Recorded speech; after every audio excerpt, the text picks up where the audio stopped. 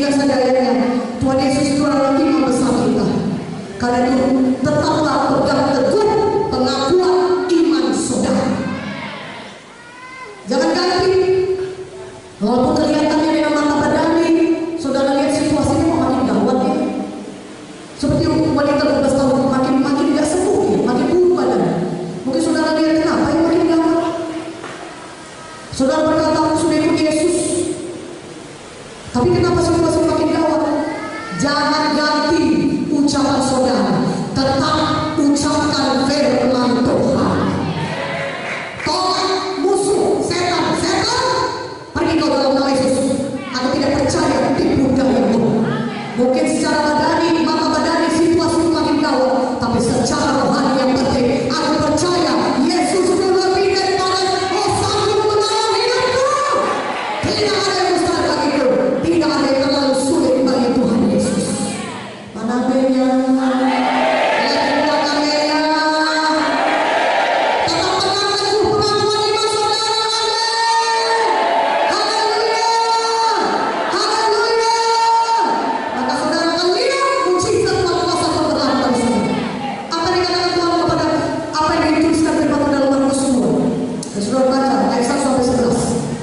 Seorang lumpuh yang dipotong oleh 4 orang temannya. Dia lumpuh bukan hanya lumpuh pakai tongkat, saudara. Dia nggak bisa bergerak sama sekali. Itu makanya dia butuh 4 orang teman yang memotong dia.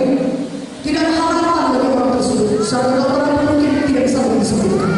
Nah, saudara mereka kasih, tapi satu perkara, dia punya iman Tuhan Yesus bisa menyembuhkannya. Maka dia berkata kepada temannya, angkat aku teman, tolong aku mau datang kepada Yesus. Aku percaya Yesus bisa menyembuhkanku. Mari kita jumpa Yesus. Tuhan Yesus bisa menyembuhkan kita. Aku percaya. Aku dengar berita tentang Yesus. Yesus mencelingkan mata yang buta. Yesus membangkitkan orang lumpuh. Yesus menyembuhkan orang kusta. Aku percaya.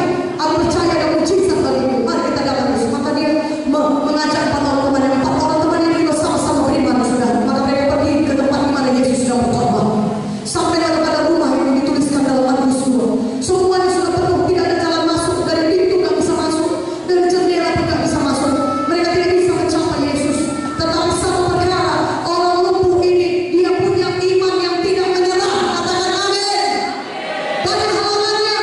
Kadang-kadang orang Kristen sekali berdoa nggak sembuh, maka mereka berkata, memang benar Tuhan aku sakit, sudahlah. Yang penting aku bisa hidup setiap hari. Penting aku masih bisa bernafas. Gak apa-apa aku sakit terus-menerus. Banyak orang Kristen sekali berdoa sudah menyerah, saudara. 2 kali berdoa, 3 kali berdoa sudah menyerah. Naaman mencelupkan dirinya sampai 7 kali. Ketika dia celupkan sekali, kustanya masih ada pada badannya. Dia tidak melihat kesembuhan sedikit pun dengan mata badannya, tapi dia percaya kepada apa yang dikatakan firman Tuhan. Kalau firman Tuhan berkata saudara sembuh, tidak peduli bagaimanapun sakit saudara, masih saudara lihat, percaya, maka saudara pasti sembuh. Bertindak. Sama seperti orang lumpuh ini, dia bertindak. Tidak bisa masuk dari pintu jendela, berkata, aduh, turunkan. Tidak peduli bagaimana caranya, aku mesti ketemu Yesus. Mereka beriman, tidak menyerah, mereka bertindak. Mereka buka atap, mereka turunkan teman mereka di depan Yesus.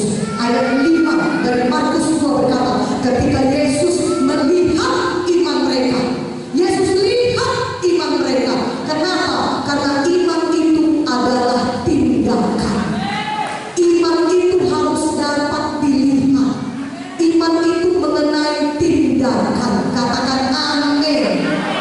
Ketika Yesus melihat iman mereka, maka berkata Yesus pada orang lumpuh itu, hai orang lumpuh, dosamu sudah disucikan, engkau sudah diselamatkan. Mari bangunlah, angkat tempat tidurmu dan berjalanlah.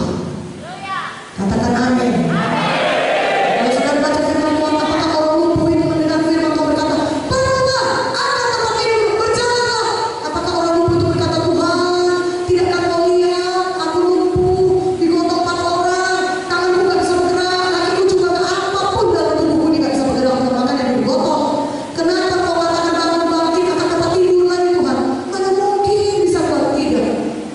Orang lumpuh itu tidak berkata demikian. Ketika dia dengar firman Tuhan,